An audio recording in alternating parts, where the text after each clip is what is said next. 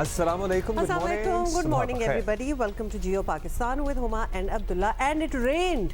Finally, Yes, it ji did. Karachi में और ठीक-ठाक। बारिश हुई, अच्छी बारिश हुई, गरज चमक के साथ बड़ी जबरदस्त अच्छा, किस्म बाज़ की lightning इलाका हुई। वाइज हुई है बारिश, जैसे नहीं, पर लेकिन मैंने हमारे जहाँ यहाँ पूछा ठीक ठाक वहाँ बारिश काफी- हुई। 1-1.5 घंटा मुसलसल हल्की तेज बारिश होती रही। बाज़ जगहों पर 10 मिनट, 7 मिनट, 8 मिनट बारिश हुई और उसके बाद रुक गई। लेकिन बादल अक्रॉस द सिटी बरसे। हाँ। एक फिनोमेना मैंने नोट किया है कि वो जो उम्मीद थी मुझे कि एकदम से आसमान साफ हो जाएगा, और आसमान का एक्चुअली नीला रंग जो हमारे यहाँ कम देखने को मिलता है, एक तो और डिमांड्स बहुत है ना इनकी कि मतलब नीला रंग जो हमारे यहाँ कम देखने को मिलता है, अच्छा। और धुंध छट जाए तो शायद वो कहीं नजर आए। वो धुंध नहीं छटी, और वो गर्द है कि औस है या फोग है या स्मॉग है, वो अभी तक बरकरार है। अच्छा चले, okay fine, we will take what you are saying, because बारिश के बाद भी अगर आपको बताएं तो एयर क्वालिटी इंडेक्स के तहत कराची अभी भी चौथे नंबर पे है। ये नहीं कि कोई 14वें नंबर पे चला जाए, तो ऐसा हुआ नहीं। सोच ही रहे कि पोल्यूशन और स्मॉग की क्या मतलब कि क्या लेवल है कि बारिश के बावजूद ये रहा है। लेकिन मुझे थोड़ी सी हंसी आ रही थी जब आपने ये बात स्टार्ट की है ना कि जी कहीं 7 मिनट हुई, कहीं 10 मिनट हुई।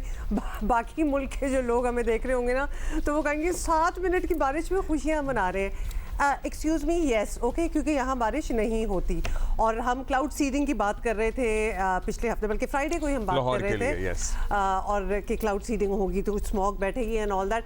हमारी तो खैर नेचुरल ही हो गई, थोड़ी सी हुई, लेकिन स्मॉग नहीं बैठी भाइयों। सो इसलिए जो क्या, अब मुझे तो लगता है आलूदगी नहीं बैठी। अच्छा, मुझे हैरानी इसलिए मौसम ठंडा हो गया आज सुबह से हम ज़ाहिर है एक नए दिन का आगाज़ है, नए हफ्ते का आगाज़ है। चले मंडे को ट्रैफिक ज़रा बढ़ी होती है, लेकिन आगाज़ में ही इतनी बारिश के बावजूद भी हम चौथे नंबर पर हैं एयर क्वालिटी इंडेक्स में। हालांकि इतवार के रोज़ तो इतनी ट्रैफिक भी नहीं होती, स्कूल भी बंद होते हैं, कारोबार भी बंद होते हैं, लेकिन फिर भी हमारा लेवल ऑफ पोल्यूशन आप चेक करें कि कोई फ़र्क पड़ा नहीं है इस सूरत हाल के बावजूद भी। तो अब इसके बारे में हम क्या कहें। एनीवे, हैविंग सेड दैट, मौसम जो है हमारा, if you wanted to visit Karachi, perhaps this is the time, because the मौसम is really nice, very crispy ठंडा। हाँ, शदीद ठंड नहीं है जो जिस्म में और हड्डियों में घुस के आपको तंग कर रही हो। It's very comfortable, yet it's very pleasant. तो एक ही दिन में बेसिकली आपको तीन मौसमों के मज़े हो जाएंगे कि सुबह अच्छा क्रिस्पी सा होगा, दिन में गर्म हो जाएगा, रात को थोड़ा सा निपी हो जाएगा, ज़रा ज़्यादा ठंडा हो जाएगा। तो तीन मौसम हम आपको प्रोवाइड कर रहे हैं जी। कराची आ जाए। अभी हम आगे बढ़ेंगे, और कराची की चूँकि बात हो ही रही है, और आई एम श्योर आपको पता होगा या आपकी नज़र से खबर गुजरी होगी, जुमे और हफ्ते की दरमियानी शब कराची में एक इंतहाई अफसोसनाक वाक़या हुआ और एक और शॉपिंग सेंटर में आग लग गई। आग लगने के वक्त शॉपिंग सेंटर में सिर्फ चौथे फ्लोर पर बिजली इस्तेमाल की जा रही थी, जहाँ सॉफ्टवेयर हाउस और कॉल सेंटर्स मौजूद थे। अफसोसनाक वाक़े में 11 जिंदगियों के चिराग गुल हो गए। रेस्क्यू चीफ हुमायूं खान कहते हैं कि इमारत में आतिशज़दगी की सूरत में निकलने का कोई रास्ता ही मौजूद नहीं था। There was no emergency exit basically. Building के अंदर फायर एग्जिट कोई भी मौजूद नहीं था, कोई रूट्स मौजूद नहीं है इसके अंदर, और एक्सिस पॉइंट भी कोई मौजूद नहीं है, ना फायर अलार्म सिस्टम लगा हुआ है, ना स्मोक डिटेक्टर लगा है। बिल्डिंग टोटल सेंट्रल ऐसी है, चारों तरफ से बंद है। अच्छा, शॉर्ट सर्किटिंग बेसिकली आतिशज़दगी के बाद हिस्ब रिवायत तहकीकात शुरू हो गई हैं और वाक़े का मुकदमा भी दर्ज कर लिया गया है, जिसके मुताबिक इमारत का नक्शा। अच्छा, अब ये कहते हुए ना मुझे बड़ा गुस्सा चढ़ जाता है, क्योंकि because we are sitting in 2023, हज़ारों ऐसी चीज़ें हो चुकी हैं, और अभी हम ये कह रहे हैं कि नक्शा जो था वो गैर कानूनी तरीके से मंजूर किया गया था।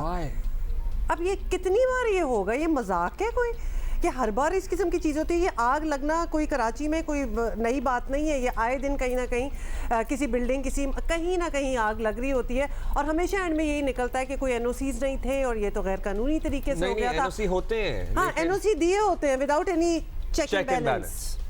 मतलब एनओसी का पर्चा लगा होगा, पीछे कोई चीज़ चेक नहीं हुई होगी। इमारत में आग बुझाने के आलात और हंगामी अखराज यानी एग्जिट जो होता है उसका रास्ता नहीं था।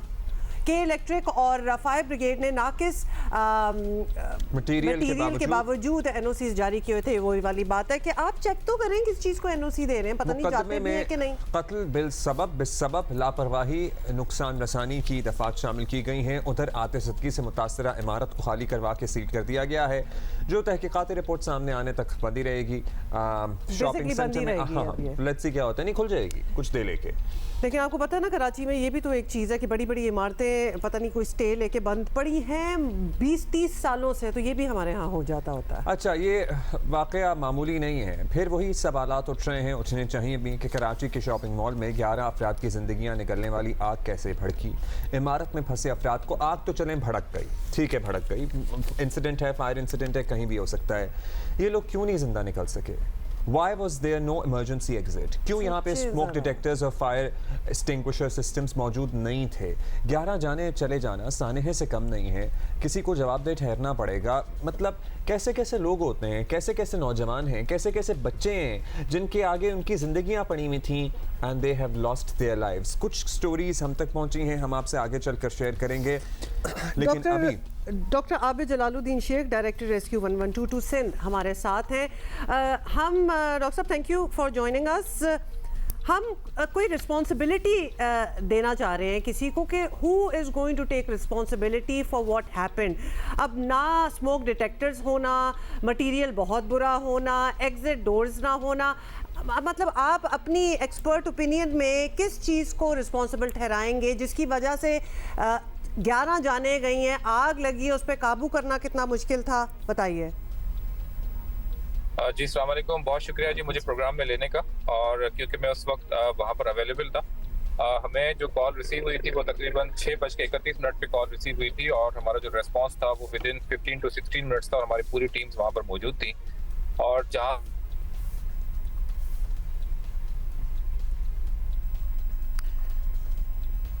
Okay, we are trying to connect again to doctor Abid Jalaluddin Sheikh. लेकिन ये बड़ी इंपॉर्टेंट बात है बिकॉज ये चीज़ें इनका पता चलेगा तो आगे कोई एक्शन लिया जाएगा ना। लेकिन अब्दुल्ला, क्या एक्शन लिया जाएगा ये भी एक बहुत बड़ा सवालिया निशान होता है because it's not as if this is happening for the first time as we say. Exit ना होना, कैन यू इमेजिन कोई बिल्डिंग, कोई शॉपिंग मॉल, कोई हॉस्पिटल। हमें इस प्लेटफॉर्म पे इन वाक़यात को डिस्कस करते हुए हर वाक़े के बाद हम यही डिस्कस करते हैं कि भाई अब आगे से क्या बेहतरी लाई जाएगी, क्या फायर ब्रिगेड का अमला जो है, जो फायर फाइटिंग डिपार्टमेंट है, वो जाकर मुख्तलिफ कसीरुल मंजिला मल्टी स्टोरी बिल्डिंग्स को चेक करेगा, क्या उनको ये यकीनी बनाने के लिए कहा जाएगा कि आप अपनी इमारतों में इमरजेंसी एग्जिट लगाएं, बनाएं। मुझे सैड बात ये लगती है, आयरॉनिक बात ये लगती है कि ये क्या बैठ के हम टीवी पे बैठ के इनको बताएंगे अपना काम करें, ये why isn't it already done? Doctor Abid हमारे साथ दोबारा हैं। चाहिए जो टेनेंट्स होते हैं उनको भी ये basic requirements doctor Abid ji, continue please. जी डॉक्टर साहब। जी मैं बिल्कुल सॉरी डिसकंटिन्यू हो गया था। एक्चुअली वहाँ पर जो हमें फील हुआ, जो सबसे बड़ा चैलेंज था, वो सबसे बड़ा चैलेंज यही था कि हम वहाँ पर रेस्क्यू ऑपरेशन नहीं कर पा रहे थे।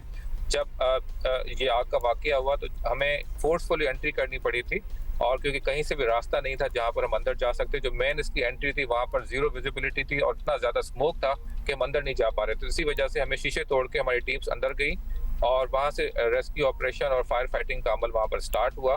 हमें वहाँ पूरी बिल्डिंग में कहीं भी फायर फाइटिंग का निज़ाम नजर नहीं आया और एक्चुअली वहाँ पर जो हमें इंजर्ड जो लोग थे, जो विक्टिम्स थे, उनको निकालने में बड़ी दुश्वारी हमें पेश आई और हमने उन्हीं स्टेयर से हमें नीचे उतारना पड़ा जो एक्चुअली जहाँ से हम लोग एंटर हुए थे। तो हमें कोई एग्जिट प्लेस उस वक्त नजर नहीं आया और अगर क्योंकि इन्वेस्टिगेशन में बहुत सारी चीजें सामने आ जाएंगी और अगर कोई एग्जिट प्लेस था तो वो लोगों को क्यों नहीं पता था और वो लोग वहाँ से क्यों नहीं निकल पाए। तो ये मेजर चैलेंजेस थे जो हमने इस वक्त फेस किए यहाँ पर।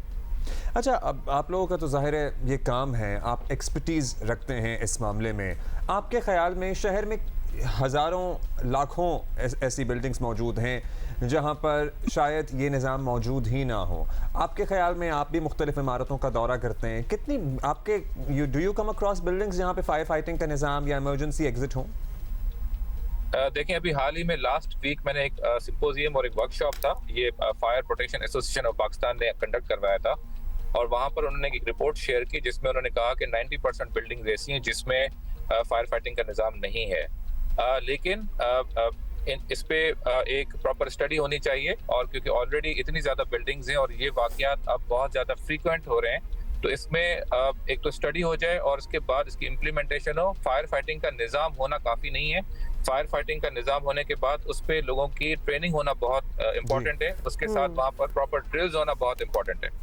अच्छा, ये फायर फाइटिंग और ये बिल्डिंग्स को केपेबल होना कि अगर इन केस ऑफ फायर इनको ऑब्वियसली लोगों को मदद मिले और बचाया जितनी बचत की जा सके वो हो, ये किसका काम होता है? हु इज़, अब तो जो नई बिल्डिंग्स बन रही हैं अच्छा, हम ज़रा फिर से लगता है कि हमारा राब्ता जो है डॉक्टर आबिद के साथ फिर ख़त्म हुआ है, लेकिन सवाल वही है। एनीबडी हुज वॉचिंग, ये सवाल तो दिमाग में आते ही आते हैं ना कि नई बिल्डिंग बनी चली जा रही हैं, तो क्या कोई चेक एंड बैलेंस हो रहा है? और at the end of the day Abdullah, responsibility किसकी होती है या किस की होती है कि before they give the NOC आके चेक किया जाए कि आपके एग्जिट सही हैं, आपके होजेस जो फायर वगैरह, आपको पता है कि आप वेस्ट में देखें या कहीं और देखें तो पूरा एक निज़ाम बना होता है इन केस ऑफ फायर।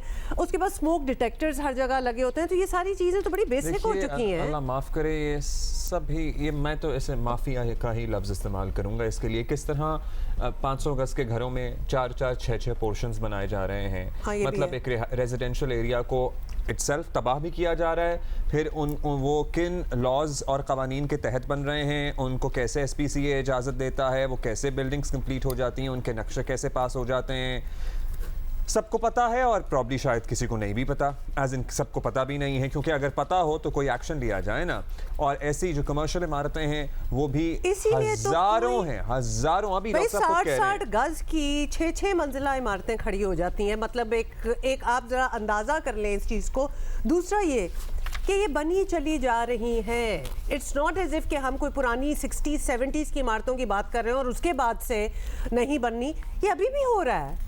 सो किसी को कोई खौफ ही नहीं है, क्योंकि कोई एक्शन लिया नहीं जाएगा, किसी को सजाएं नहीं होंगी, तो खौफ भी नहीं होगा ना कि we get away with it. बस इमारत बना लो, कोई रेजिडेंशियल एरिया हो इमारत बना लो, as in multi storey building बना लो, कोई कब्रिस्तान की जगह हो मल्टी स्टोरी बिल्डिंग बना लो, कोई एमेनिटी प्लॉट हो मल्टी स्टोरी बिल्डिंग बना लो। एक स्लिप ऑफ अ जगह मिलेगी ना तो वहाँ एक जहाँ दरख्त लगने चाहिए ताकि इंसानी ज़िंदगी जो है वो इस शहर में चल सके, आगे बढ़ सके। लेकिन नहीं, हम वहाँ कंक्रीट की इमारत ही बनाएंगे, क्योंकि हमारे दिल में और हमारे शहर में दरख्तों की कोई गुंजाइश और कोई जगह ऐसा लगता है। ऊपर से अगर आप फ़ज़ाई मंजर देखें ना कराची शहर का, तो आपको हॉल उठते हैं देखकर, बहुत ही वो you look from the top and honestly from the top जो नज़र आ रहा होता है ना, एक वेंटेज पॉइंट आपको मिल जाता है। जहाज़ अगर लैंड कर रहा हो, टेक ऑफ कर रहा हो, तो आप कानों को हाथ लगाते हैं कि how do you even live here. And millions of people live here of course. और कहाँ जाएंगे, शहर है हमारा, we are going to live here. लेकिन कोई कुछ तो होना चाहिए। और ये आग वाला जो है, ये हम लिटरली साल में 2-3 बार तो हम ये बात कर रहे होते हैं कि जी यहाँ आग लग गई या वहाँ आग लग गई, और फिर हलाकतें भी होती हैं बिकॉज ऑब्वियसली निज़ाम तो ठीक है नहीं। Anyway, so this is something that needs to be looked into. खैर भाई, 11 अफराद जिनकी जान गई, उनमें से हर एक की अपनी एक कहानी होगी। हाँ, हर एक के वालिदैन की उनसे उम्मीदें वाबस्ता होंगी। अगर उनके ख़ुद बच्चे होंगे तो उन्होंने अपने बच्चों के लिए क्या कुछ सोचा होगा। डॉक्टर आबिद ने हमें फिर ज्वाइन किया है। डॉक्टर साहब, हम ज़रा बताएं हमें, हम किसको मूरद इल्ज़ाम ठहराएं? जो नई बिल्डिंग्स बनती हैं उनको NOC मिल जाता है, कंप्लीशन सर्टिफिकेट मिल जाते हैं, पता नहीं होते भी हैं कि नहीं होते हैं। जो पुरानी बिल्डिंगें होती हैं उनका कोई फिटनेस सर्टिफिकेट वाला मामला नहीं है। मतलब अगर इस निज़ाम को ठीक करना हो तो कौन करेगा? देखें, स्टार्टिंग जाहिर बात है, जब तक हमारी फाउंडेशन ठीक नहीं होगी तब तक तो निज़ाम ठीक नहीं होना। और इसी वजह से जब ये जो हमारे सेफ्टी कोड्स हैं, बिल्डिंग कोड्स हैं 2016 के, उसकी इम्प्लीमेंटेशन बहुत ज़रूरी है। और इसकी इम्प्लीमेंटेशन हो जाए तो मेरे ख्याल से बहुत सारे मसले मसाइल हमारे हल हो जाएंगे। तो ऑलरेडी जो हमारे पास पॉलिसीज बनी है उसकी इम्प्लीमेंटेशन हो जाए। और इस दफ़ा, क्योंकि इस दफ़ा FIR भी कटी, हमने देखा इन्वेस्टिगेशन भी हो रही है प्रॉपर तरीके से, और इसके रिजल्ट्स आएंगे तो आप देखेंगे इस दफ़ा चेंज आएगा ज़रूर। चलिए, वैसे उम्मीद ही की जा सकती है, क्योंकि ये पहला वाक़या तो डॉक्टर साहब है नहीं।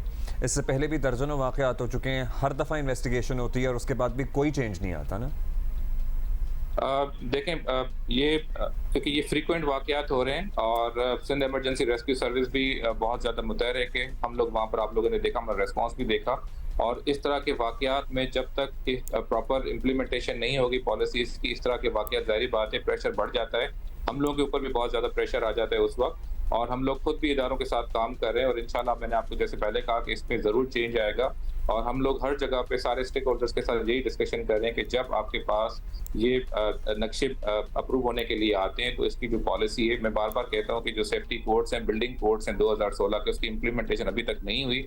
इसकी इम्प्लीमेंटेशन जब हो जाएगी तो आपको ज़रूर चेंज नज़र आएगा। ये सारी बिल्डिंग्स जिस पे एक स्टडी हो जाए, जिसमें हमें पता चले कि यहाँ पर फायर फाइटिंग का निज़ाम होना चाहिए और वो क्यों नहीं है, तो उस पे एक जब टीम बन जाए और उसको विजिट्स करना शुरू करें तो मेरे ख्याल से बहुत सारी चीज़ें सामने आएंगी। और उसके बाद मैं दोबारा कहूँगा कि ट्रेनिंग इज़ वेरी इंपॉर्टेंट। इस वाक़े में भी यही हुआ कि अगर वो लोग ऊपर फंसे हुए थे 4थे फ्लोर पे, तो वो लोगों को क्यों नहीं पता था कोई एग्जिट प्लेस यहाँ पर है या नहीं है, अगर है तो वहाँ से क्यों नहीं निकल सके, और वहाँ पर अगर कोई वहाँ पर आलात थे तो उनको इस्तेमाल करना लोगों को क्यों नहीं आया कि जैसे वो प्रॉपर्ली रिस्पॉन्ड कर सकते।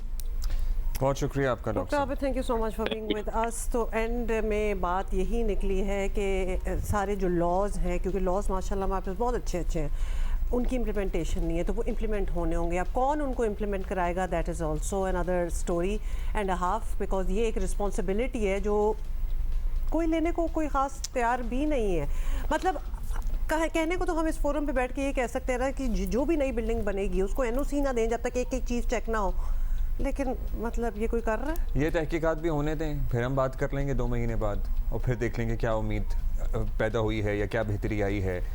हमें उम्मीद नहीं है, इनफैक्ट हमें यकीन है कि कोई बेहतरीन नहीं आई। और उसके बाद फिर कोई नया हादसा होगा, फिर हम पुराने का रेफरेंस देंगे। मतलब ये एक कहानी है and I wish that we were more hopeful sitting here, we would like to be, लेकिन देख लेना इंसान कितना होपफुल हो सकता है। Who work in these buildings and live here or who you know take these portions of floors on rent, कुछ थोड़ा सा खुद भी रिस्पॉन्सिबल हो, कोई सवाल तो करें, कोई पूछे। मुफ्त में तो नहीं रह रहे आप वहाँ पे। Honestly, I live in a building and जब ऐसी चीज़ें होती हैं ना तो मैं सोचना स्टार्ट हो जाती हूँ कि मतलब what are we doing, क्योंकि ये तो कुछ भी anything can happen anywhere, कोई रिस्पॉन्सिबिलिटी नहीं लेना। और फिर जब आपके साथ हो जाता है, 11 अफराद की जान गई है इधर, तो who's answerable? कुछ भी नहीं होने वाला इधर। मतलब 11 लोग इसमें चले गए, इनकी जान गई, उसमें से एक 11 फैमिलीज जो हैं, 11 फैमिलीज, और इसमें से सिर्फ एक कहानी मैं आपसे शेयर करूंगा। 23 साल आदेश कुमार, एक नौजवान who had such a bright future ahead of him. He was a musician and कल उसकी जो म्यूज़िक फ्रेटर्निटी है वो उसको ट्रिब्यूट दे रही थी, उसको याद कर रही थी। आपको नहीं पता होगा, लेकिन ये एक ज़िंदगी है जिसकी कहानी हम आपके सामने रख रहे हैं। Look at this young talented boy and listen to his music, the instruments that he used to play.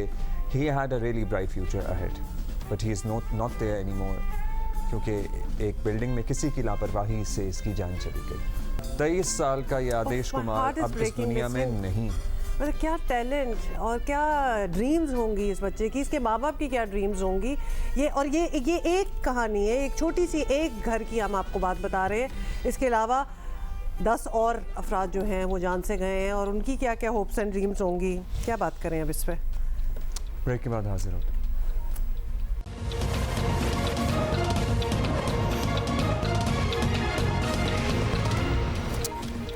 Once again 2 मेहमान आपको दिख गए हैं हमारे स्टूडियो में, हमारे साथ मौजूद हैं। और ये क्यों मौजूद हैं, वैसे तो आप इनको और तरीक़ों से भी जानते हैं, इनका आपसे तारुफ जो है वो और अंदाज से भी है, लेकिन आज ये इसलिए मौजूद हैं क्योंकि हर साल 29 नवंबर को अक़वाम मुत्तहिदा के तहत फ़लस्तीनी लोगों से, फ़लस्तीनी मुसलमानों से, इनफैक्ट फ़लस्तीनी पीपल की हम बात करेंगे, मुसलमानों की क्या बात करें, फ़लस्तीनी लोगों से, वहाँ की आबादी से इजहार यकजहती के लिए, सॉलिडारिटी के लिए एक दिन मनाए जाने का 77 में ऐलान किया गया। उसके बाद से ये दिन ऑब्ज़र्व किया जाता है, और आज इस दिन की रेलेवेंस, इसकी अहमियत और ज़्यादा बढ़ गई है, क्योंकि एक पूरी रेस को, एक पूरी नस्ल को ख़त्म करने की, सफ़ाए हस्ती से मिटाने की कोशिश की जा रही है। इस्राएली जाहरियत इसकी ज़िम्मेदार है। इस्राएली जाहरियत तो है ही, लेकिन वो ममालिक जो कि सुपर पावर हैं और वो इस्राएली जाहरियत में उसका बढ़ चढ़ कर साथ दे रहे हैं, उसकी पीठ पर थपकी दे रहे हैं, उसको मदद फराहम कर रहे हैं,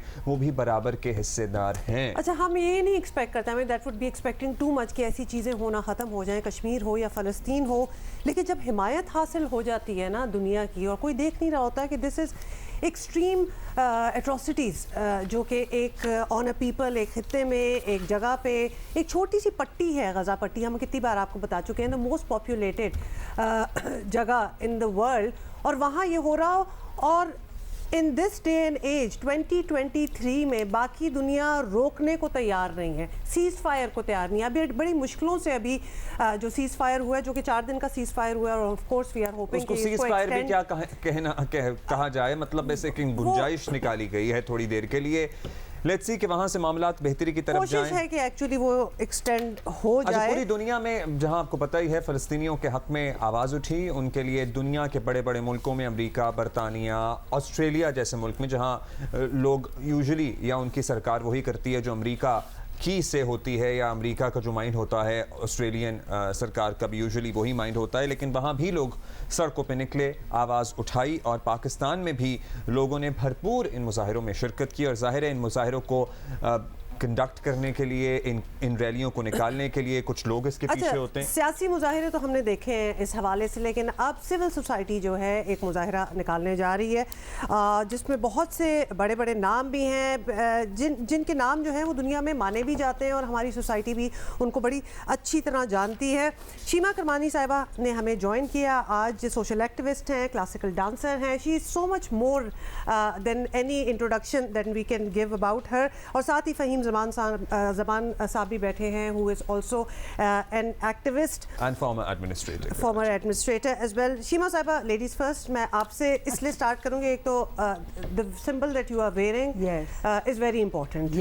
लेकिन ये सिंबल अगर हम बाकी दुनिया में देखें तो ये बहुत ही डिजास्टर्स कॉन्सिक्वेंसेस भी अट्रैक्ट कर रहा है। How brave does one have to be कि इंसान अपनी आवाज़ उठाए और despite you know anything that can happen to them. मैं समझती हूँ कि देखिए, if you feel for a cause then you have to be ready कि आप कोई भी सामना, हर चीज़ का सामना कर सकते हैं। और जो हो रहा है, जो हमारी आंखों के सामने, देखिए तारीख में हम देखते थे कि हिटलर ने ये किया, अब वो लगता है पुरानी कहानियाँ थी, और अब तो हमारे मोबाइल्स पे हर मिनट पे उससे ज़्यादा बदतर चीज़ें हो रही हैं। तो कैसे आवाज़ नहीं उठाएंगे, कैसे ये सिम्बल्स नहीं इस्तेमाल करेंगे कि yes we stand with them, you know. ये है मकसद इस चीज़ का। और मैं समझती हूँ ज़रूरी है कि अगर हमारा ज़मीर है, अगर हम सोचने वाले लोग हैं, और अगर हम में कोई भी इंसानियत है, तो हमें इस कॉज के लिए जहाँ भी हम हैं और जैसे भी हम हैं वहाँ पे हमें आवाज़ उठानी चाहिए, क्योंकि वही एक चीज़ है हमारे पास इस वक्त। We don't have control over anything else जो कि इज़राइल कर रहा है, ज़ायनिज़म कर रहा है, अमेरिका कर रहा है। हम तो नहीं उन चीज़ों को कंट्रोल कर सकते। एटलीस्ट शोर मचा सकते हैं, आवाज़ उठा सकते हैं और खड़े हो सकते हैं कि ये हमको एक्सेप्टेबल नहीं है एज सिविलाइज्ड। और दुनिया में लोग बड़ी बहादुरी का मुजाहिरा करके अमेरिका जैसे मुल्क में अपनी वर्क प्लेस, अमेरिका जैसे मुल्क में छोटे शहरों में सड़कों पे हजारों की तादाद में निकले हुए। फ़हीम साहब, I am sorry, just to add to that before you go to Faheem, people have lost their jobs, लोगों की नौकरियां चली गई हैं इस and some have lost their lives as well, और लाइव्स तो लिहाजा वो भी हो रहा है। लेकिन डेफिनेटली बड़ा मुश्किल है, from students to politicians to entrepreneurs, जो इसके लिए आवाज़ उठा सकता है उठा रहा है। सम वुड से मुसलमान ममालिक में आसान है ऑब्वियसली प्रोटेस्ट करना, लेकिन फिर भी राइल अप करना, वो एनर्जी, वो स्टीम। फ़हीम साहब, फिर भी सब जगह इतना आसान नहीं है मुसलमान ममालिक में भी प्रोटेस्ट करना। सारे मुसलमान ममालिक में भी नहीं है, इतना आसान नहीं है।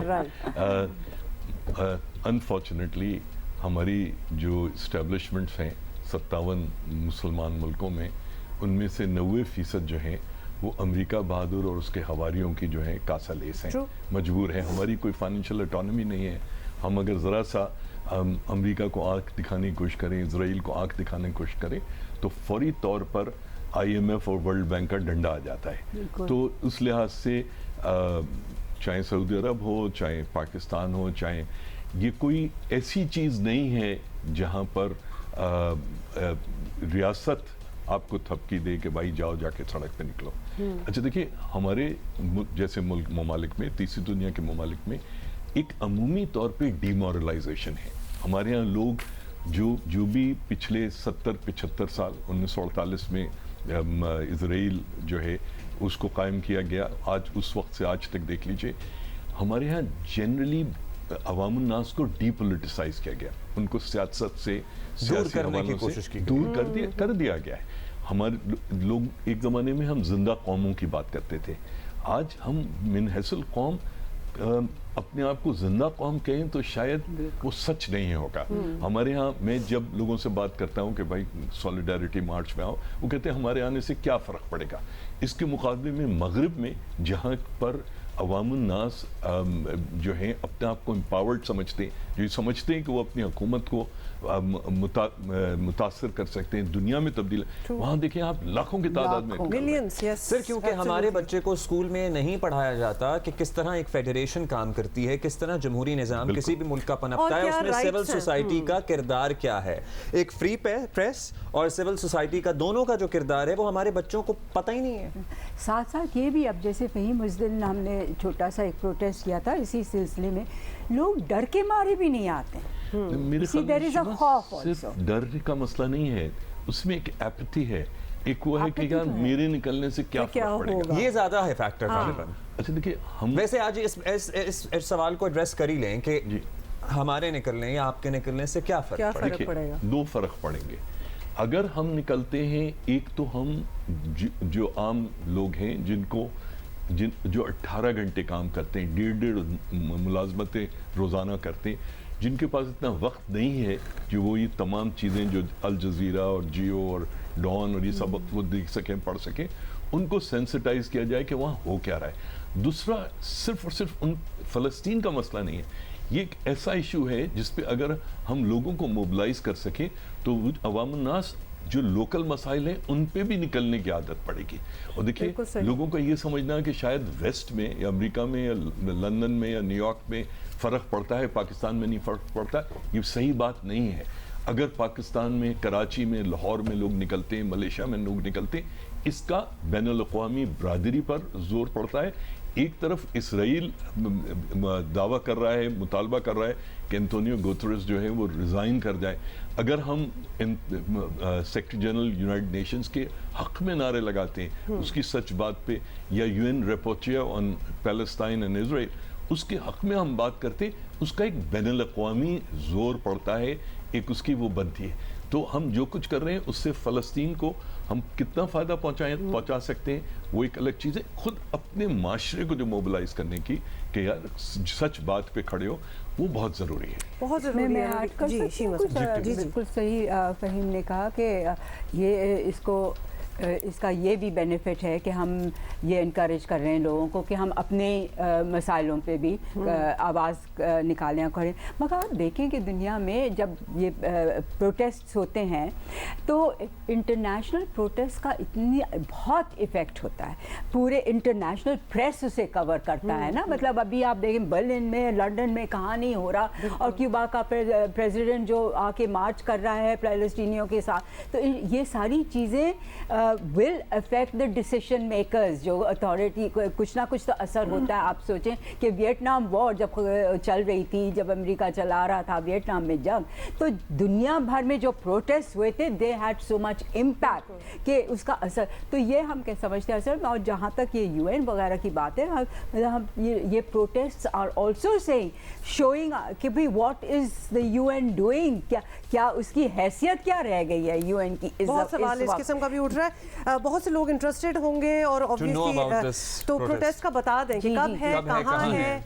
ये कल है, नहीं सॉरी 29 है ना, so that would be Wednesday 3:30 बजे शायरा कायदीन पे तारिक रोड इंटरसेक्शन के टाइम भी 3:30 बजे। ये हम बार बार तारिक रोड और शायरा कायदीन का जो इंटरसेक्शन है, वहाँ से शुरुआत होगी, जमा होंगे, and we will march towards मज़ार कायद तक मार्च करेंगे। अच्छा, जब इस किस्म के प्रोटेस्ट होते हैं तो किसी को वैसे तो हम बता रहे हैं तो हर किसी को वैसे ही आ जाना चाहिए, लेकिन कुछ स्पीचेस होती हैं, किसी को आपने मधु की है, कोई इनवाइट किया है, कोई आके, या this is just open call, open है ना? जी, हमने सिविल सोसाइटी का प्लेटफॉर्म है, नॉन पार्टिजन है हमारा, हम में से इनफरादी तौर पे सबका किसी न किसी सियासी पार्टी, सियासी सोच से ताल्लुक होगा, मगर ये लेफ्ट राइट की तखसीस के बगैर, किसी पॉलिटिकल पार्टी की तखसीस के बगैर, ये एक ओपन कॉल है। हमने तमाम पॉलिटिकल पार्टीज़ को बाज़ाब्ता इनवाइट किया है, तमाम लेबर यूनियंस को इनवाइट किया है, तमाम सोशल मूवमेंट्स को इनवाइट किया, सबको इनवाइट किया। और हमारी एक कॉज पे फोकस, कि सारे लोग अपनी 1.5 ईंट की हर एक मस्जिद अलग बनाना चाहता है, तो एक दफ़ा कम से कम किसी एक कॉमन कॉज पे, और मैं शीमा, हमारा कोई चंद लोगों के अलावा कोई नाम भी नहीं जानता, हमारा कोई प्लेटफॉर्म नहीं, हम इंडिविजुअल्स हैं, कोई तो ऐसे सिविल सोसाइटी के 40, 50, 60 लोग जो हैं उन्होंने मिलकर ये इनिशिएटिव लिया था और ये इनिशिएटिव हम लोगों तक पहुंचा रहे हैं। आज इस प्लेटफॉर्म के तवज्जुह से 3:30 बजे परसों वेंसडे को आप नुमाइश शारा कायदीन पे तारिक रोड के इंटरसेक्शन पे जमा हो। उसकी एक रेलेवेंस ये है कि मैकडॉनल्ड्स वाला जो चौक है उसके और वहाँ से आगे फिर जाएंगे मज़ार क्योंकि हमारे ये डिमांड भी है कि जो इजरायली प्रोडक्ट्स हैं उनको बायकॉट किया जाए। देखिए ना आजकल है वो सर्कुलेट हो ही रही है। सीमा किरमानी साहिबा, फहीम जमान साहब, बहुत बहुत शुक्रिया। And of course we'll keep repeating और आपको याद भी दिलाते रहेंगे आज और कल में कि कहाँ आप लोग जा सकते हैं और जाना बहुत ज़रूरी है। एक चीज़ ऐड कर सकता हूँ वेरी क्विकली, हम हुकूमत पाकिस्तान और हुकूमत सिंध से मुतालबा करते हैं कि जो UN की कॉल है उसी के से पाकिस्तान में भी 29 नवंबर को फ़लस्तीनियों के साथ एक सरकारी सतह पे दिन करार दिया जाए और होना भी इसी तरह चाहिए। बहुत बहुत शुक्रिया। एंड ऑफ कोर्स 29 नवंबर 3:30 बजे हम कराची की बात कर रहे हैं, वैसे तो हर शहर में ये होना चाहिए और होगा और होगा कुछ। ब्रेक ले We'll see you in a while.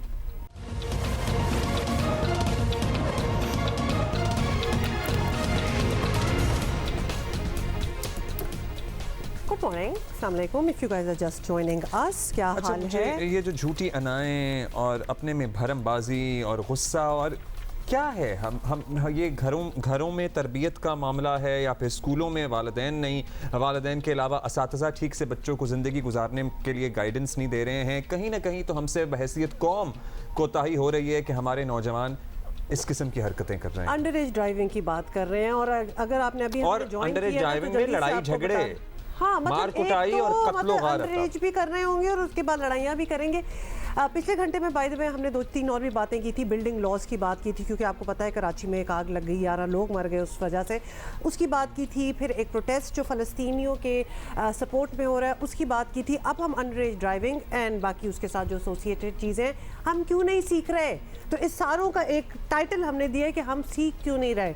तो लाहौर में क्या हुआ है, लेटेस्ट इंसिडेंट आपको उसके बारे में बताएं कि लाहौर में कम उम्र ड्राइविंग की तेज़ रफ्तारी का जुनून जिंदगियां निगलने लगा और ये हुआ कहाँ है? चूंग जी, चूंग में एक निजी हाउसिंग सोसाइटी है। 4 नवंबर को यह वाक़या पेश आया और इस वाक़े में मेडिकल कॉलेज की तालिबा को कत्ल कर दिया गया। अंदाज़ा लगाइए, अहनी शाहिदीन के मुताबिक कम उम्र ड्राइवर जो है वो जिगजैग करता हुआ मकतूला की गाड़ी के पीछे सोसाइटी में दाखिल हुआ। कम उम्र ड्राइवर ने पहले अपनी गाड़ी से इसको टक्कर मारी, फिर गलती मानने के बजाय तल्ख कलामी पर उतर आया। बात पड़ी तो कम उम्र ड्राइवर ने अपने मामू को बुलाया जिसने गाड़ी पर गोली चला दी। गोली मेडिकल कॉलेज की तालिबा को जा लगी। तालिबा 1 हफ्ते बाद 12 नवंबर को दम तोड़ गई। पुलिस ने मुकदमा दर्ज करके फायरिंग करने वाले मुलजिम कॉल्दो गिरफ्तार कर लिया, लेकिन गाड़ी के ड्राइवर ने 28 नवंबर तक जमानत कबल गिरफ्तारी करा रखी है। तो जमानतें क्यों मिल जाती हैं? ये आई एम सॉरी, ये मामू वालिदैन ये बच्चों के जहनों में क्या भर रहे हैं, ये अपने तो आप को क्या समझते हैं? पहले तो मुझे ये बताएं। एक दफा हम बात ये कर लेना, हम उस कम उम्र ड्राइवर को क्या कहेंगे जब वो अपने मामे को कॉल करे और मामू जी एक बंदूक लेके पहुंच जाए, तो फिर ये तो बात समझ आ गई ना कि वो बच्चा कहाँ से सीख रहा था।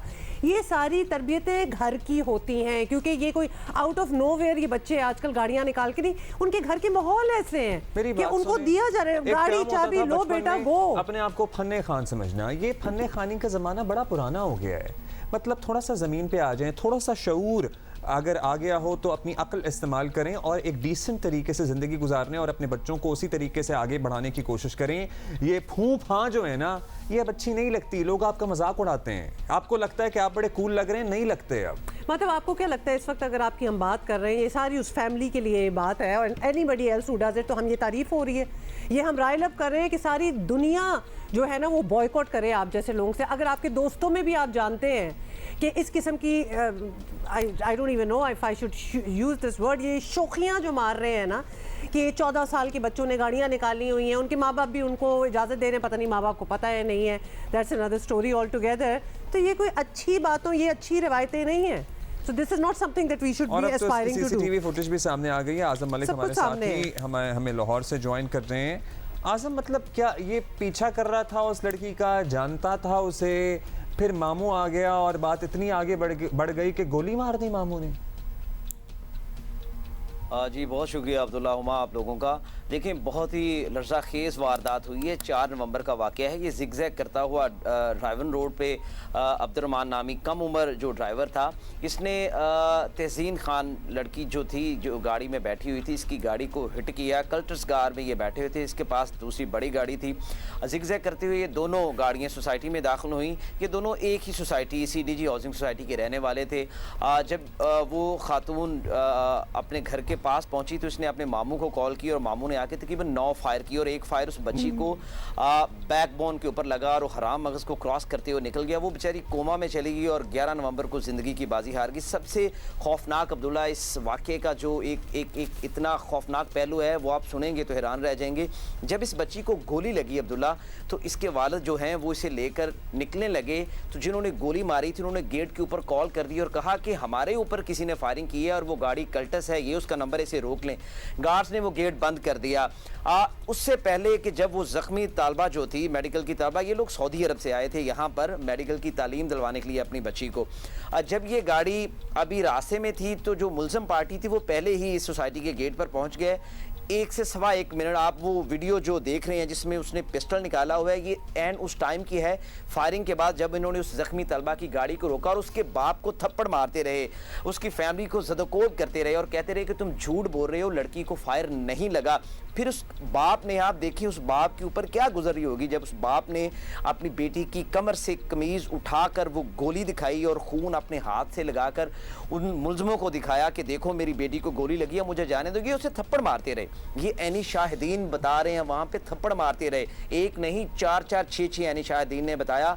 फिर जब उसने इल्तजा की, इनसे दरख्वास्त की, माफ़ी की, फिर इन लोगों ने उसे जाने दिया और फिर ये भागे। उसके बाद पुलिस सेक्शन में आई और ये एक नॉर्मल सी एक FIR उन्होंने की कि जनाब वो हमला हुआ, ज़ख्मी हुई। जब ये 11 नवंबर को इसकी डेथ होती है लड़की को, तो फिर इसके ऊपर 302 लगती है। अब्दुल्ला इसके ऊपर 2-3 चीज़ें बड़ी अहम हैं। ख़ास तौर पर अगर हम बात करें पुलिस के रवैये की, तो एक तो पुलिस का रवैया इसके ऊपर जो निचले लेवल पे था वो बड़ा ही अजीब था। उन्होंने इसको बरवक्त जो है वो अली रज़ा नाम का एक इन्वेस्टिगेशन ऑफिसर था, उसने बहुत अच्छा काम किया और तमाम हकायक जो थे वो मंजर आम पर आए। लेकिन ज़ाहिर है दूसरी पार्टी इन्फ्लुएंस थी। इन्होंने इस पार्टी को इस हद तक डराया, जो मकतूला थी इस हद तक डराया कि ये आदमी जिसकी बेटी थी तहसीन खान जो तलबा थी, वो पाकिस्तान छोड़कर वापस सऊदी अरब जाने के लिए तैयार हो गया। इस मुकदमे का जो मुद्दई है वो उनका बाप नहीं है, इस मुकदमे का मुद्दई उनका मामू है। उसका बाप तो बेचारा डर गया, उसने कहा मैं अगर मैं रहा तो ये तो मेरे बच्चों को भी मार देंगे। फिर मामू को महल्लेदारों ने, लोगों ने पुश किया कि आप ऐसे ना करें, मुकदमा लाजमी दर्ज करवाएं। अली रज़ा ने बड़ी अच्छी इन्वेस्टिगेशन की। इस मुकदमे का जो इन्वेस्टिगेशन ऑफिसर था, खैर वो तब्दील हुआ बाद में, कल इसके ऊपर वज़ीर आला ने एक्शन किया और उसके बाद CCPO लाहौर का खास तौर पर मैं देखें, पुलिस जहाँ अच्छा काम बुरा काम करती है वहीं अच्छा काम भी करती है। CCPO लाहौर ने इसके ऊपर एक्शन लिया और फौरी तौर पर DIG इन्वेस्टिगेशन इमरान किश्वर को कहा कि इसकी एक एक चीज के साथ जुड़ें और खुद इसको इन्वेस्टिगेट करें। किसी भी सूरत में इंसाफ के तकाजे जो हैं अच्छा, आज़म, ये वो लाहौर पूरे में होने चाहिए। छोटे मोटे अपने तई जो अपने आप को बदमाश समझते हैं ना, एक आध बड़ी गाड़ी रख के और 2-4 गार्ड रख के, ये भरे पड़े हैं, ये अपनी औकात से बाहर हो जाते हैं और ये ऐसी हरकतें करते हैं। इस वाक़े को एग्जाम्पल कैसे बनाएंगे? और दूसरा ये भी बताइएगा आज़म कि ये तो दहशतगर्दी है, क्लियर कट केस ऑफ दहशतगर्दी, तो ये दफात भी लगी हैं। आई मीन वज़ीर आला को इन्होंने ख़त भी लिखा है, ये सब कुछ हुआ है, लेकिन दहशतगर्दी की दफात है कि नहीं है? देखिए हुमा, आपने बिल्कुल ठीक किया। अब्दुल्ला, मैं आपके सवाल का बाद में जवाब देता हूँ कि ये लाहौर के अंदर जो एक ट्रेंड है, ये पिछले कुछ अरसे से डिफेंस और जो पोश एरिया है वहाँ पे बहुत बड़ा है। हमने देखा है एक बड़ी लैंड क्रूजर में आप फिरते हैं, पीछे 2 वीगो डाले होते हैं, आपने एक टेरर डाला होता है, घाट नीचे उतरते हैं, आप रेस्टोरेंट में जाते हैं, लोगों के अंदर एक टेरर फैलाया हुआ है। ये तो एक चीज़ है जो लाहौर के अंदर बहुत तेज़ी से बढ़ रही है। हुमा, जो आपने बात की इसके ऊपर हमारी गुज़श्ता रात CCPO लाहौर और DIG इन्वेस्टिगेशन इमरान किश्वर से डिटेल बात हुई, तो उनका ये कहना था चूंकि इसके ऊपर जैसे ये डिफेंस वाला वाक़या हुआ था, वो इतनी खौफ व हिरास फैल गया था।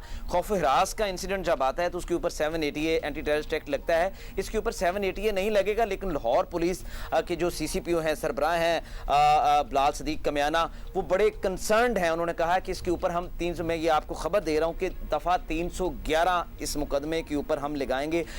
हुमा, दफ़ा 311 होती है कि अगर मुद्दई पार्टी सुलह भी कर ले, थ्रेट होके या दैयत लेके या पैसे लेके या व्हाटएवर, किसी भी सूरत में। तो दफा 311 आपको याद होगा शाहरुख जतोई केस में भी लगी थी। इसके ऊपर होता यह है कि जब ये दफा लगती है तो मुद्दई सुलह भी कर ले तो सजा बरकरार रहती है। चूंकि इस वजह से इलाके में एक अनरश तो आई है, एक बच्ची जो बाहर से आई है उसकी डेथ हुई है, अपनी जान से गई है, धमकियां लगा रहे हैं। तो दफा 311 जब लगेगी तो वो भले वो दोनों पार्टियां आपस में सुलह भी कर लें लेकिन सजा बरकरार रहेगी, वो उम्र कैद हो। दूसरी तरफ पुलिस इसके ऊपर बड़ी कंसर्न्ड है। उन्होंने कहा है कि जो बच्चा है इसकी 28 तारीख तक जो है वो जमानत है। एक और अब्दुल्ला मैं आपको बड़ी अहम बात बताऊं, जो गुज़श्ता रात में इस कॉलोनी में तकरीबन 2 से 3 घंटे गुजारे, मैं उस स्पॉट पे भी गया जहां पर एक्चुअल इंसिडेंट हुआ था। उसके करीब एक पार्क है। पार्क के लोगों से जब मैंने पूछा तो मुझे ये भी पता चला कि ये लड़का जो है अब्दुर्रहमान, जो कम उम्र ड्राइवर है, जिसके कहने पे उसके मामू ने गोली मारी, ये इससे पहले भी इस पार्क में जो खवातीन आती थी वॉक करने के लिए, उनको भी कभी कभार बदतमीजी करता था, उनके पीछे भी लगता था। इसकी शिकायत कितने साल के अब्दुर्रहमान? हाँ, वैसे ये एज क्या है अब्दुर्रहमान की? 14-15 क्या उम्र है इसकी? अब अब्दुल्ला 16-17 साल है। ये कम उम्र है, इसका तो ड्राइविंग लाइसेंस भी नहीं बना हुआ और ये बड़ी एक गाड़ी जो है टोयोटा की वो गाड़ी इस्तेमाल करता था। आप ये देखें ना कि बजाय ये कि आकर आप सुलह सफाई करवाएं या अगर किसी की तरफ से कोई ज्यादती मुझे लग रहा था डरा रहे होंगे मामू को, एक आध फायर चल गया होगा, उस आदमी ने 9 फायर मारे। अब्दुल्ला 9 फायर? जी अब्दुल्ला 9 फायर उसने किए। अब्दुल्ला 9 फायर में से एक फायर लगा है उस बच्ची को बैकबोन के ऊपर और वो फायर लगते ही जो बच्ची थी वो बेहोश हो गई। उसके बाद वो होश में नहीं आई। आप वो मनाजर अगर देखें कि उसके बाप ने उसका हाथ पकड़ा हुआ है और वो कोमा में है और ठीक 4 से 5 दिन उसकी डेथ हो जाती है और उसको कितना थ्रेट किया जाता है कि वो मुकदमा ही दर्ज नहीं। अगर आप इसकी FIR देखें तो बड़ी सिंपल FIR थी। ये तो बाद में नहीं, मैं चाहती हूँ एक्सपोज हो ये सब कुछ। ये अब्दुर्रहमान बच्चा और उसका मामू जो बदमाश और खूनी है, बेसिकली कातिल है इधर, ये क्या फैमिली है? ये इनकी बैकग्राउंड क्या है? बिकॉज आप कह रहे हैं बड़ी सी गाड़ी भी थी, ये उसी कॉलोनी के रिहायशी हैं, क्या बैकग्राउंड है? बिजनेसमैन है? What do they do? नहीं देखिए, ये बिजनेसमैन नहीं है। ये इस टाउन के साथ, चूंकि ये रायवन रोड आपको पता है बहुत बाद में डेवलप हुआ, हाउसिंग सोसाइटी यहाँ पे बनी, तो इसके इर्द गिर्द पहले गांव होते थे। तो ये इसके करीब एक गांव है, वहाँ की ये कोई जट बरादरी है, उसके साथ इनका ताल्लुक है और इस सोसाइटी में आके इन्होंने घर बनाया और जब से इस सोसाइटी के अंदर ये रह रहे हैं, अल्हम्दुलिल्लाह इनके खिलाफ कभी कोई अच्छी खबर नहीं मिली किसी को भी। गार्ड नहीं, मेरी बात सुनिए, सोसाइटी के लोग जिसमें रह रहे हैं वहाँ पे कम उम्र बच्चे गाड़ियाँ चला रहे हैं, सोसाइटी की भी कोई जिम्मेदारी बनती है। अहले मोहल्ला से भी आपने मुलाकातें की, उन्होंने भी शायद कभी किसी को शिकायत दर्ज कराई होगी। मतलब सभी का पार्क में भी इस सारे मामले में इसको यहाँ तक पार्क में भी इस किस्म की हरकतें लड़का कर ही रहा था, तो नोन तो था ये कि बदमाश बच्चा तो था ये। देखिए हुमा, मैं आपको एक और चीज बताऊं।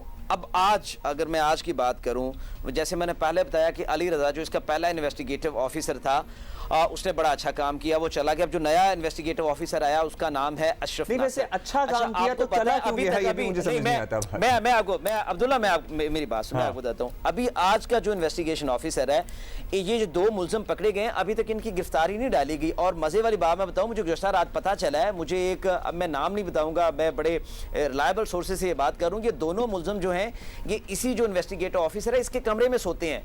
वहां पे चारपाई लगा के दी है, वहां पे मैट्रेस लगा के दिया है इनको। VIP प्रोटोकॉल आप देखेंगे, VIP प्रोटोकॉल है तो वो उसके घर जाके उसे डराते हैं ना। आप इसकी फैमिली के अगर कल 2 से 3 घंटे जब मैंने इस सोसाइटी में गुजारे हैं, वो फैमिली तो बेचारी दरवाजा नहीं खोलती, वो तो इतने डरे हुए हैं, वो तो कहते हैं कि हमें मार देंगे और पूरे इलाके में थ्रेट है। देखें गन के आगे एक्चुअली वो सही कह रहे हैं, उनको ये बिल्कुल जायज खौफ है। नहीं तो जब बच्ची को उन्होंने मार दिया तो इनको फैला रहे हैं। वजीर आला साहब ने नोटिस भी ले लिया, तो अब इस फैमिली को प्रोटेक्शन देना भी। और दूसरा आजम, आपने अभी तक ये नहीं बताया कि इन्वेस्टिगेटिंग ऑफिसर क्यों बदला है? हाँ, तो अब अच्छा काम कर रहा था, बदल दिया, अब वाला जो है उसके कमरे में सो रहे हैं। देखें जी, फिर यही तो बात है, जो अच्छा काम कर रहा है वो तो बदल जाता है ना। ये तो हमारी हिस्ट्री है, हम 74 सालों से यही तो देखते आ रहे हैं कि जो अच्छा काम करता है वो बदल जाता है। अब जो अच्छा काम नहीं करता वो अपनी सीट पे रहता है। लेकिन मैं आपको बताऊं, वज़ीर आला इसके ऊपर बड़े कंसर्न है। उन्होंने नोटिस लिया और कहा है कि इंसाफ के तकाजे सारे पूरे किए जाएंगे। मोहसिन नकवी साहब यहाँ पर हैं नहीं है, वो दुबई में। कल उन्होंने नोटिस लेते हुए एक पर्सनल टेक्स्ट मुझे भी किया और कहा कि इस केस से जुड़ी तमाम जो चीज़ें हैं वो उनके साथ शेयर की जाएँ। और दूसरी तरफ जो CCP लाहौर थे बिलाल सिद्दीक कमियाना और है जी इन्वेस्टिगेशन इमरान किश्वर अब इस केस की इन्वेस्टिगेशन खुद करेंगे ताकि हक़ाइक़ सामने लाए जाए। सीसीपीओ जो है वो खुद भी सुन रहे होंगे और वो हम उन्हें भी लाइन पे लेने की कोशिश करेंगे। हमें बता दें कि इन्वेस्टिगेशन ऑफिसर क्यों तब्दील किया और अभी ये जो मुबैना तौर पर मौजूदा इन्वेस्टिगेशन ऑफिसर के कमरे में सो रहे हैं मुल्ज़िमान, ये क्या साइंस है? और एक दफा वंस एंड फॉर ऑल हमें पाकिस्तान में ये बता दिया जाए कि नोटिस लेने का मतलब क्या होता है। Are we all going to be impressed कि किसी ने नोटिस लिया? मतलब what does it even mean कि वो ना सिर्फ वो बच्ची को मामू बुला के बच्ची को उसने मारा है, उसके बाद उसके बाप को जो उसको बचाने की कोशिश कर रहा है, उसको हॉस्पिटल लेके जाए, उसको रोक लिया गया है, थप्पड़ मारे जा रहे। कहाँ रह रहे हो तुम लोग? ये किस किस्म की ये क्या माइंडसेट है जहाँ एक खौफ मचाया हुआ है उसने? वो तो समझता होगा ना इस कॉलोनी का वो बादशाह है, एब्सोल्युटली बेसिकली वो सरदार बैठा हुआ है उस कॉलोनी का। इनको आई एम सॉरी जूते भी पड़ने चाहिए, एग्जाम्पल बनाना चाहिए, क्योंकि अभी तक ये 12 कि हम कानूनी कार्रवाई होनी चाहिए, कानून के मुताबिक एक्शन लेना चाहिए। लेकिन ये जो सिविल सोसाइटी के किरदार की हम बात कर रहे थे ना, जब सोसाइटी में ऐसी कोई बदमाशी फैला रहा होता है तो कुछ सोसाइटी में रहने वालों की भी कोई जिम्मेदारी होती है। ठीक 12 नवंबर वाला किस्सा याद है जिसमें 6 लोग मर गए थे अंडर एज ड्राइविंग से। अच्छा, हमें ये भी पता चला है because obviously we know people who live in Lahore कि बहुत क्रैकडाउन हुआ है अंडर एज ड्राइविंग। बिल्कुल हुआ है, so we are not going to take that away. ये हो रहा है, लेकिन आपकी अगर गली मोहल्लों में भी ऐसा है तो आप खुद भी रिपोर्ट करें। लोगों को थोड़ा सा ब्रेव मतलब आपको अपने मोहल्ले में तो पता होगा ना किसका बच्चा है, आप उसके वालिद को अगर मस्जिद में मिलें तो कह सकते हैं ना। खैर जी, और क्या क्या बताएं? वैसे हम we try to look for some अच्छा जी, अब कराची पे आते हैं। लाहौर के और इश्यूज हैं, कराची के और इश्यूज हैं। एक और खबर ये है कि कराची में गटर जो हैं वो मौत के कुएं बन गए हैं। डिप्टी मेयर कराची सलमान अब्दुल्ला की यूसी में 2 साल बच्ची खुले मैनहोल में जाकर जान से चली गई है। पहला वाक़या नहीं है जो हम रिपोर्ट कर रहे हैं और आखिरी भी नहीं होगा। अफसोस के साथ हम ये कह रहे हैं जो हम रिपोर्ट कर रहे हैं। और अगस्त में भी आपको याद होगा, एग्जैक्ट तारीख तो नहीं, लेकिन अगस्त के महीने में एक 4 साल बच्ची खुले मैनहोल में इसी तरह गिरकर जान गंवा चुकी है। इस मामले पर जब मेयर कराची से सहाफ़ियों ने बासपुरस की तो उन्होंने कहा कि लगता है चर्सियों की डिप्टी मेयर से कोई दुश्मनी हो गई है। गटर के ढक्कनों में 3.5 किलो के करीब लोहा होता है जो बिकता है, इसलिए वो चुरा लिए जाते हैं। आप जितने ढक्कन मांगोगे ना उतने ढक्कन में दे दूंगा, लेकिन मसला ढक्कन का नहीं है, ढक्कन को संभालने का है।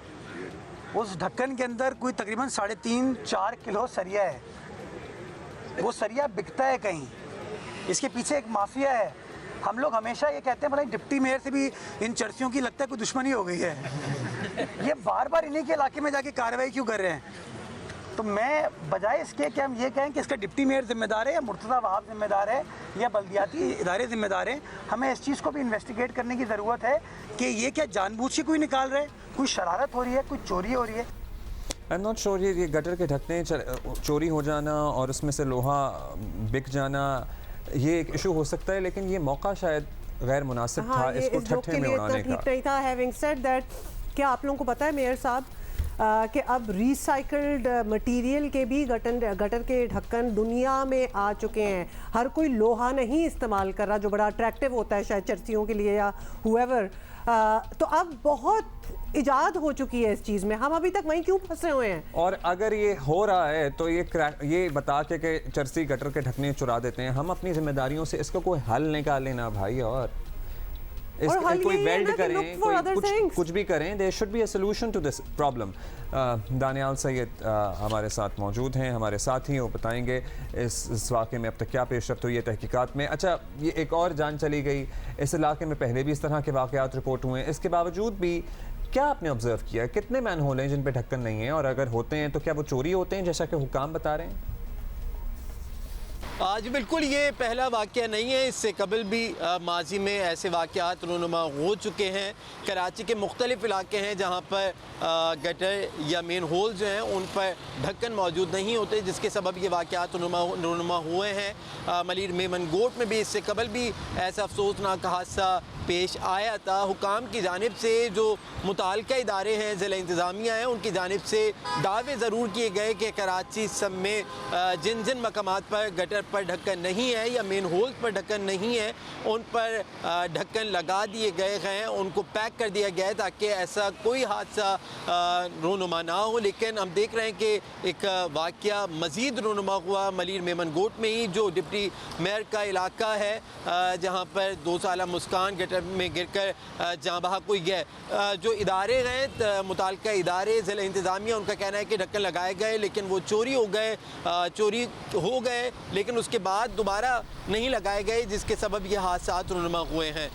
अच्छा, जब okay, thank you so much, आपने हमें रिपोर्ट कर दिया है। लेकिन आई एम जस्ट थिंकिंग कि ढक्कन चोरी होते होंगे तो कहीं बिकते भी तो होंगे ना किसी कबाड़ी के पास, तो उस कबाड़ी को पकड़े, मतलब किसी को किसी तरीके से इस माफिया को, मतलब अपने कुछ फैलाएं ना अपना पूरा इन्वेस्टिगेशन का। इसका कोई हल निकालें, इसका कोई रिसाइकल अल्लाह मियां ने ऊपर वाली मंजिल में दिमाग दिया है, कुछ 2-4 इंजीनियर्स को बिठाएं, इसीलिए होते हैं ना कि कम अप विद न्यू आइडियाज। इसका क्या हल हो सकता है, किस तरह हम इनको सिक्योर कर सकते हैं? ये नहीं हो सकता कि ढक्कन लगाए चले जाएं और ढक्कन उठते चले जाएं। There should be an alternative for this. The point is कि आप लोग आते हैं, माफिया को तोड़ना ही होता है ना, तो come up with some better ideas कि किस तरह ये किया जाए। ये तो नहीं कह सकते ना कि अब हम क्या करें कि जी चर्ची आके हमारी, अगर यही होगा तो फिर इसका क्या हल निकलेगा? मतलब ये बात पहले भी मेयर कराची साहब बता चुके हैं कि चर्ची उठा लेते हैं, सर हो गया, अब नेक्स्ट इसका हल क्या निकालना है हमने? क्योंकि चर्सी भी हमारे इर्द गिर्द मौजूद ही रहेंगे और ये चोरी की वारदातें भी होती रहेंगी। मतलब हर मैन होल पे आप पुलिस वाला तो नहीं खड़ा कर सकते। कम up with an alternative solution. Pakistan में ही कंपनियां हैं जो रिसाइकल्ड ये चीजें बना रही हैं। कितनी बार हमने देखा है कि काश आप लोग उनसे मिलें, कोई राब्ते करें और दे एक खेप, उनको कोई ऑर्डर दें और चेंज करें, सारे मैन चेंज क्या करें, कवर करें। ये आइडियाज हम क्यों इधर बैठ के देख रहे हैं? You should have these ideas yourself और मजाक ना बनाएं इस चीज का। That was in bad taste. Break के बाद मिलते हैं।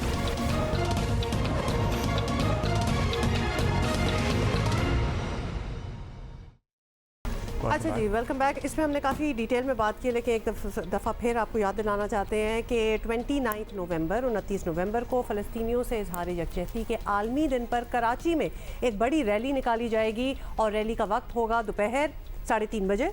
That's right. और शार कायदीन जो तारिक रोड वाला इंटरसेक्शन है, वहाँ से मज़ार कायद तक मार्च किया जाएगा। रैली में इसराइल की फ़लस्तीन के खिलाफ जंग पर एहतजाज किया जाएगा। निहत्ते फ़लस्तीनियों की नस्लकुशी के खिलाफ भरपूर आवाज़ उठाई जाएगी। दुनिया भर में रैलियाँ हो रही हैं। वैसे पाकिस्तान में भी मुतअद्दिद सियासी जमातों की तरफ से, फोरम्स की तरफ से रैलियाँ निकाली गई। This is the first from civil society and obviously हम सारे यही चाहते हैं कि ये एक मेगा रैली हो जिसके बारे में दुनिया में बात भी हो। तो फ़नकारों, सियासी रहनुमाओं समेत मुख्तलिफ शोबों से ताल्लुक़ रखने वाले अफराद ने अवाम से 29 नवंबर वंस अगेन आपको बता दें, जो कि एक्चुअली बन रहा है वेडनेसडे, परसों की बात हो रही है, तो इस रैली में शिरकत की लोगों को दावत दी है, खुद भी मौजूद होंगे। और देखिए आप कौन कौन है जो आपको मदु कर रहा है इस रैली में अपना एहतजाज रिकॉर्ड कराने के आने के लिए। सबको हमारी आंखों के सामने किया जा रहा है, बच्चों को मारा जा रहा है, ख़वातीन को एक कंसंट्रेशन कैंप बनाया गया है। तो ये तो एक ह्यूमैनिटेरियन क्राइसिस है। फ़लस्तीनियों का जिनके साथ बहुत ज़्यादती हो रही है, उनके साथ जितनी भी हम कहें कि ज़्यादती हो रही है वो कम है। मैं तो चाहूँगी कि नई रैलीज़ में ये हो रहा है और सारी दुनिया में हो रही हैं, और उससे ये हो रहा है कि हुकूमतें जो नहीं कर पा रही, वो लोग हर जगह सिविल सोसाइटी के, चाहे मतलब लंदन ले लें, न्यूयॉर्क ले लें, बड़े बड़े शहर जहाँ की हुकूमतें पीछे हटी हुई हैं, सारी दुनिया में हो रहे हैं। कराची जो पाकिस्तान का सबसे बड़ा शहर है और बाशऊर भी है, तो वहाँ पे भी एक इस किस्म का पूरी तौर पे उसका इजहार होना चाहिए, और इस लिहाज से ये जुलूस जो है बहुत मेरे ख्याल एक अच्छा कदम है। सिविल सोसाइटी की जानिब से इस किस्म के प्रोटेस्ट जो हैं, इस तरह के मुजाहरे, इस बर्बरियत पे, इस एग्रेशन पे, इस जारहाना जो इक़दाम है ज़ायोनिस्ट का इजराइल के फ़लस्तीनियों पर, बाल बच्चों पर, हॉस्पिटल पर, इसकी जितनी मजम्मत की जाए वो कम है। पाकिस्तान की जो पॉलिसी है वो बड़ी वाज़ेह है और उस पर हमारी ये इस वक्त डिमांड है कि सबसे जंग बंदी फौरी तौर पे होनी चाहिए। जो इस वक्त एक शॉर्ट सीज़ फायर हुआ है उसको कंप्लीट सीज़ फायर में कन्वर्ट होना चाहिए। So if you are in Karachi, you have to be there, okay? ये होगा 29 को हम आपको बता चुके हैं, वेंसडे को 3:30 बजे, जगह भी आपको पता है। और जो बाकी शहरों से हमें देख रहे हैं, यकीनन क्योंकि दिन ऐसा है कि यकीनन आपके शहरों में भी रैलीज होनी चाहिए and you should be a part of it, make this mega. मतलब ये ना इर्द गिर्द के सिर्फ दुकानदार और कारोबारी बिरादरी जमा हो जाए ना, तो एक बहुत ही इम्पैक्टफुल नंबर लोगों को students can be there, everybody. ये मतलब ये एक बहुत ज़बरदस्त किस्म का कॉज है जिसके लिए जाना बहुत ज़रूरी है। अच्छा जी, अभी आगे बढ़ेंगे। क्रिकेट की बात हम इसलिए करेंगे क्योंकि बड़ी भारी भरकम बातें होगी और आज हमने मंडे स्टार्ट किया। ये भी कोई खास नहीं है, लेकिन क्रिकेट टीम के ऑलराउंडर हैं इमाद वसीम। मैं बता रही थी इंटरनेशनल क्रिकेट से रिटायरमेंट ले ली है। 34 साल इमाद वसीम ने सोशल मीडिया पर रिटायरमेंट का ऐलान किया। बड़े टूटे हुए हैं दिल लोगों। इमाद ने आपको जल्दी से इमाद का ट्रैक रिकॉर्ड बता दें कि 55 एक रोज़ा मैचेस में पाकिस्तान की नुमाइंदगी की है और 5 निस्फ सेंचुरियों की बदौलत 946 रन बनाए हैं, जबकि 44 विकेटें भी अपने नाम की हैं। और उन्होंने पाकिस्तान की तरफ से 66 T20 मैचेस भी खेले हैं, जिसमें उन्होंने 400 बहुत कुछ किया उन्होंने और बड़ी इनकी अचीवमेंट्स हैं। लेकिन बात सारी ये है कि इमाद वसीम ने रिटायरमेंट की कोई ख़ास वजह बयान नहीं की, लेकिन गुज़िश्ता चंद सालों से इमाद वसीम क्रिकेट बोर्ड और मैनेजमेंट के रवैये की शिकायत करते रहे हैं। तो उनको ज़रा इश्यूज़ थे इनसे और इमाद वसीम को टीम में सिलेक्ट करने की वजूहात जो भी हों, लेकिन इसमें कोई शक नहीं कि हालिया वर्ल्ड कप में पाकिस्तान को इमाद जैसे एक स्पिनर की कमी ज़रूर महसूस हुई है। लेकिन तासुर यही है कि पाकिस्तान की नुमाइंदगी करना इमाद वसीम की तरजीह नहीं था, इसलिए वो नेशनल T20 के बजाय T10 लीग खेलने जा रहे हैं। इमाद वसीम इस तरह रिटायरमेंट लेने वाले पहले क्रिकेटर नहीं हैं। माजी में मोहम्मद आमिर की मिसाल हमारे सामने है, वो भी इस तरह की शिकायतें करते रहे हैं। खदशा ये है कि हारिस रऊफ तक ये बात न चली जाए। समझ से बालातर है मामला कि क्रिकेट स्ट्रक्चर की खराबी है या खिलाड़ियों की अपनी तरजीहात बदल गई हैं। What is going on, Sikandar Bakht हमारे साथ मौजूद हैं। सिकू कहा यह जा रहा है कि इमाद अपेरेंटली बोर्ड से खुश नहीं थे, उन्हें भी डोमेस्टिक क्रिकेट खेलने का कहा गया था, उन्हें शिकवा रहा कि उन्हें फिर सेलेक्ट नहीं किया जाता था। सो आपकी कुछ बात हुई किसी से, क्या कहानी मालूम हो रही है इनकी रिटायरमेंट की? देखें, अभी आपने कुछ ऐसे नाम ले लिए कि मैं मजबूर हो गया उस खबर की जो अभी इससे पहले आप लाहौर के जो बच्चे की एक्सीडेंट की और बच्ची के कत्ल की बात कर रहे थे, तो मेरे रोंगटे खड़े हो गए। मैं डर के मारे लाहौर ही नहीं जाना भाई, ऐसा डर लग रहा है। तो उसमें एक जुमला आपने कहा अब्दुल्ला, आपने कहा आप इनको एग्जाम्पल नहीं बनाते, आपने कहा था ना। यही चीज मैं हर साल कह रहा हूँ, पिछले 5 साल से कह रहा हूँ कि हमने अपने मैच फिक्सर को एग्जाम्पल नहीं बनाया। आज भी आप एक मैच फिक्सर का जो है जिक्र कर रहे हैं कि जो मैच फिक्सर है मगर उसको मौका ही नहीं मिला, उसको पाकिस्तान ने मौका नहीं दिया, यानी कि आपने मुल्क बेचा, सजा काटी, इसके बावजूद भी हम जो है उसको पकड़ पकड़ के बोलें कि जी आए आप हमारे लिए खेलें। तो ये मैं सिर्फ आपके उस जुमले का जवाब दे रहा हूँ। अच्छा, इमाद वसीम का जो है केस ये है जो मुझे समझ में आया, अभी मैं बैठ के सबकी उम्र निकाल रहा था। Imad Wasim will be 35 in December, तो दिसंबर में उनकी सालगिरह है, 35 है। He is a British national, he is born in British England, तो हो सकता है उनके पास पासपोर्ट भी हो ब्रिटिश का। अब सिचुएशन ये है कि उनको सेंट्रल कॉन्ट्रैक्ट मिल गया। अब सेंट्रल कॉन्ट्रैक्ट का कानून के मुताबिक आप बाहर जाने के लिए, कोई लीग खेलने के लिए, you have to have NOC। Pakistan का और पूरी दुनिया का शायद ये रूल है, जैसे कि न्यूजीलैंड में बोल्ट जो है उनका जो लेफ्ट आर्म फास्ट बॉलर है, ही इज आल्सो 35, ऐसी कुछ उनकी उम्र है। उन्होंने कह दिया मैं सेंट्रल कॉन्ट्रैक्ट की साइन नहीं कर रहा, आप मुझे खिलाना है खिलाएं, नहीं खिलाना है तो मैं अपने फ्रीलांस खेलना चाहता हूँ।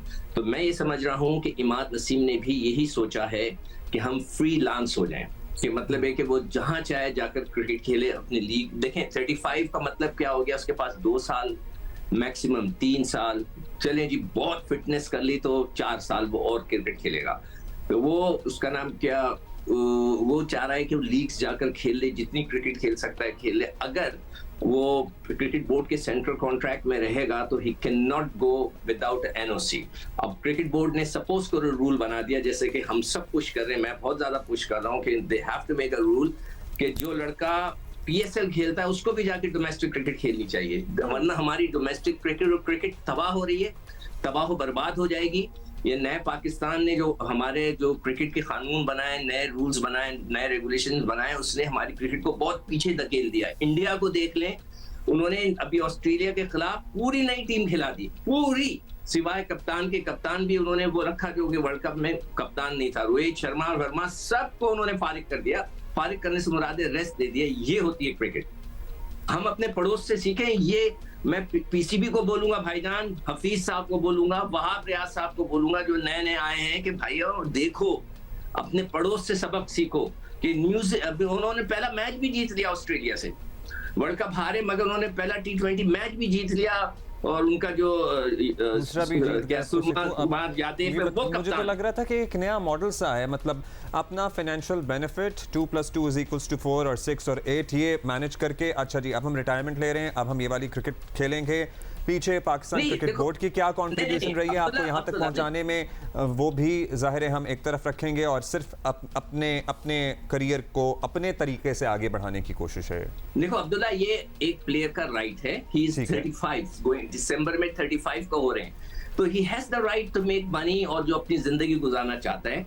अगर वो, जैसे मैंने आपको बोल्ड का जो बताया है कि जो बोल्ड है जो न्यूजीलैंड का लेफ्ट आर्म फास्ट बॉलर, उसने कहा कि अब मैं सेंट्रल कॉन्ट्रैक्ट नहीं साइन करूंगा, मैं IPL भी खेलने जाऊंगा, मैं अपनी मर्जी से खेलूंगा। आप भी ऐसा कर सकते हैं और क्रिकेट बोर्ड चाहे, मगर हमारे साथ देखें वो आखिरी दिसंबर, अभी जो अप्रैल में जो न्यूजीलैंड की सीरीज थी वो खेला था इमाद, उसने 8 आउट किए थे, 52 रन्स किए थे, वो उसकी आखिरी सीरीज थी पाकिस्तान के लिए T20 में।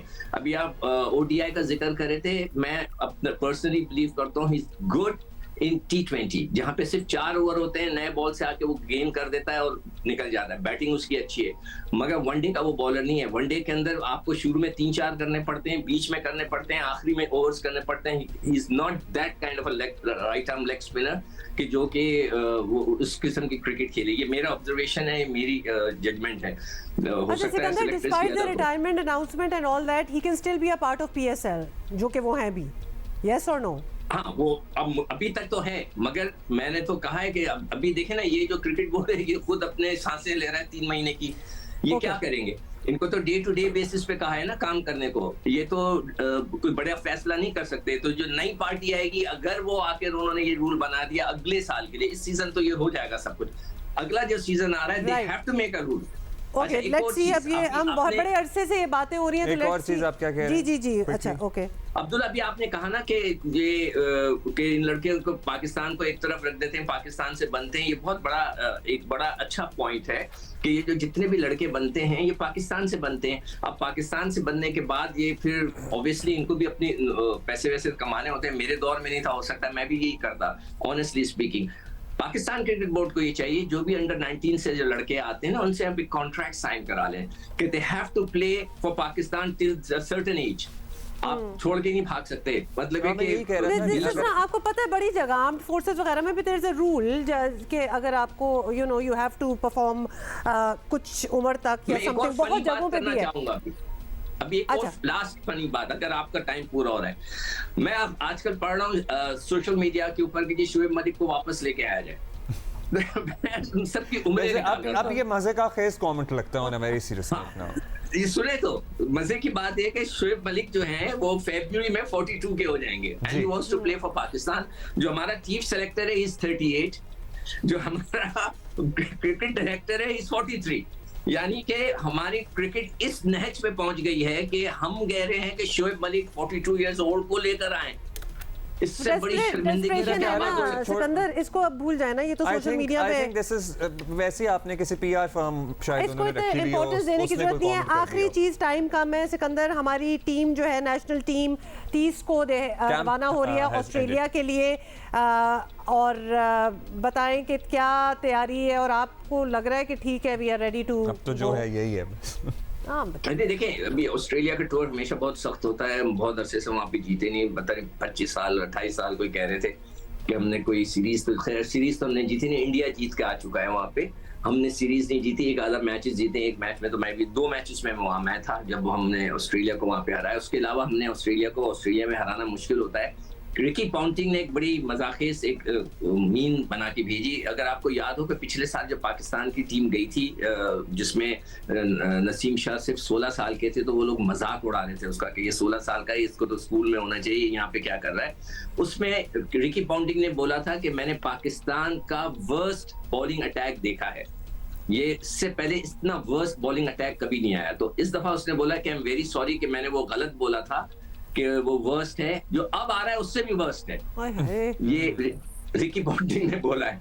तो हमारी बॉलिंग अटैक माशाल्लाह से उस ऑस्ट्रेलियन टूर के लिए अब हम क्या आई होप साबित कि करते हमारे हैं? बॉलर्स इसको साबित कर सकते हैं मुंहतोड़ जवाब दें इस बात का। एग्जैक्टली, थैंक यू, कि दिस इज टोटली रॉन्ग और इस किस्म की बातें वैसे तो ना ही की जाएं।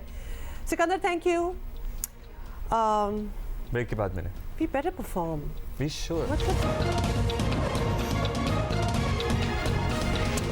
Welcome back. अच्छा, ये सुनो कि पंजाब में स्मॉग पर काबू पाने के इकदाम का जिक्र हम करते रहते हैं, लेकिन उसके बावजूद लाहौर जो था ना, वो कल संडे को आलूदा शहरों में सरे फहरिस्त रहा है दुनिया के। तो इतनी अगर मेजर्स लिए भी जा रहे हैं तो तब भी ये हाल है।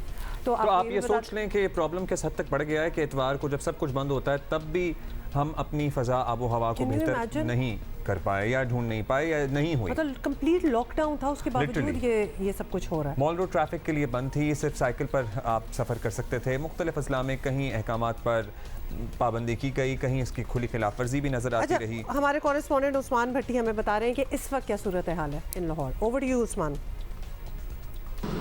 जी, लाहौर में स्मोक की सूरत हाल स्टिल जो है वो बरकरार है। गुज़िश्ता 3 रोज़ से जो है लाहौर में जो आलूदगी के हवाले से दुनिया का तीसरा जो है वो मुल्क जो है वो उसके नंबर पे आ रहा है।